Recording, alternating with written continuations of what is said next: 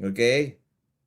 Alam ko yan kasi we studied the rice terraces. Also, I'm an environmental scientist. Okay? Yung rice terraces, mga kabatas natin, that is for for soil erosion and not much for water retention. Anong ibig ko sabihin ba? Hindi naman water retention, water absorption.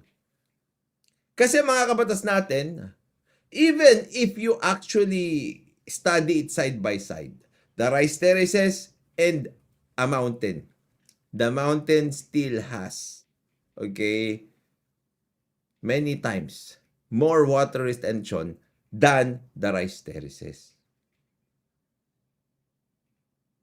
Okay? So, doon pa lang, hindi na tama. Okay?